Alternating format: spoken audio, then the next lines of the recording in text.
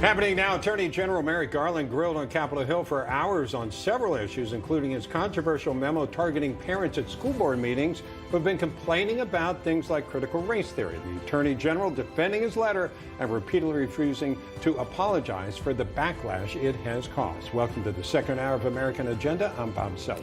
And I'm Heather Childers. Merrick Garland also questioned about possible ethics violations amid reporting that Garland benefits directly from his memo because the AG's son-in-law runs a company that sells CRT, critical race theory, material to schools all across the country. White House correspondent Emerald Robinson live in Washington with the latest. Emerald.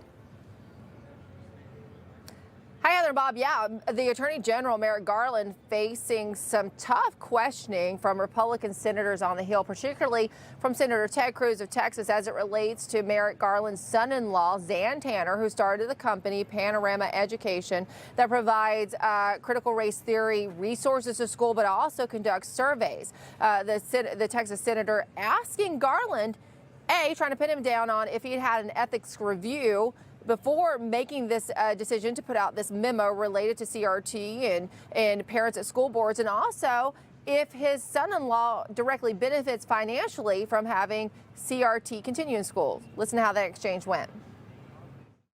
Did you seek an ethics opinion? It has no... Did you seek an ethics opinion? Judge, you know how to ask questions and answer them. Did you seek an ethics opinion? You asked me whether I sought an ethics opinion about something that would have a predictable effect on something. This has no predictable effect in the way that you're talking about. So if critical race theory is taught in more schools, does your son-in-law make more money? This memo has nothing... If critical race theory is taught in more schools, does your son-in-law make more money? Yes or no? This memorandum has nothing to do with critical race theory. Will you answer if you sought an ethics kind opinion? of curriculum. Will you answer if you sought an ethics? I am answering the best I can.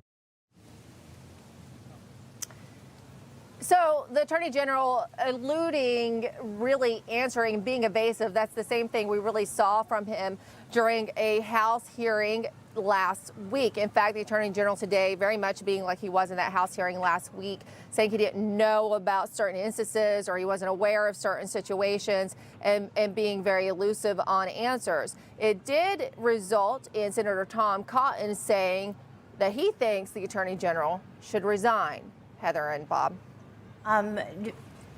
The president was also asked about his overseas trip and specifically his meeting with the Pope, just switching gears momentarily.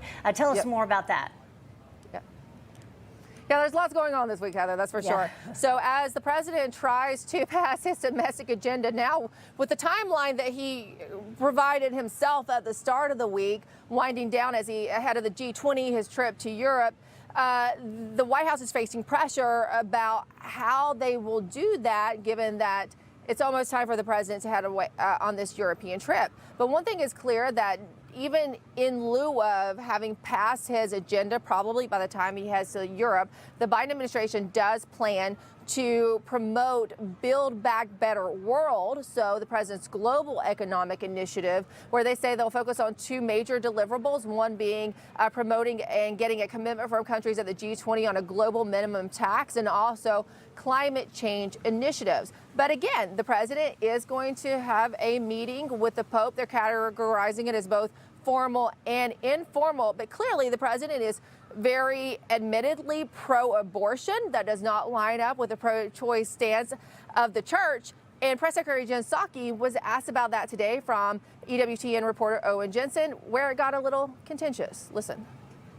Go ahead, Alex. Abortion is murder, and it's like hiring a hitman. Does the president agree or disagree with that? You know that the president believes in a woman's right to choose.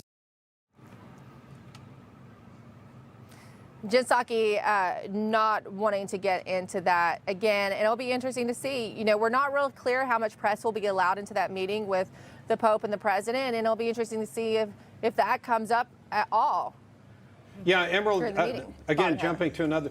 Today was going to be a big day. The Democrats were going to have a vote. They were going to vote on who knows, maybe $3.5 trillion, maybe $2 trillion. We don't know what it is. No votes today, or do we know? 1.5. Yeah, exactly, 1.5. I don't think it's real clear yet. Yeah. You know, Senator Joe Manchin has said, he continues to say that the top line for him is 1.5 trillion. So it's hard to see how they would get above that, in that it seems like he's pretty solid on that number for himself. Okay. I think it's going to be about 2.2. Do we want to place some bets between us? I think they want a 2 in front of it. Are we doing bets? Yeah, we're doing bets. I say 2.2. I think the White House really, and I agree with you, Heather. I think the White House feels much better about 2.2 than they do about 1.5. I think they want a 2 on it, and I think Manchin will capitulate as he always does. Yep, so. 100%. Thank you. He usually does. That's true. Yeah. Thank you. Hi, Rob Carson here. If you love watching Newsmax, you're really going to love listening to our new podcast. It's called the Newsmax Daily. I host it, and I give you the best briefing of the big news of the day, top newsmaker interviews, and even, yes, a few laughs. I know it's hard to believe. So if you're driving, walking, exercising, just about anywhere, you can connect with the Newsmax Daily with me, Rob Carson. Find our podcast online or go to iPhone, Spotify, iHeart, Stitcher, and more, and start listening today.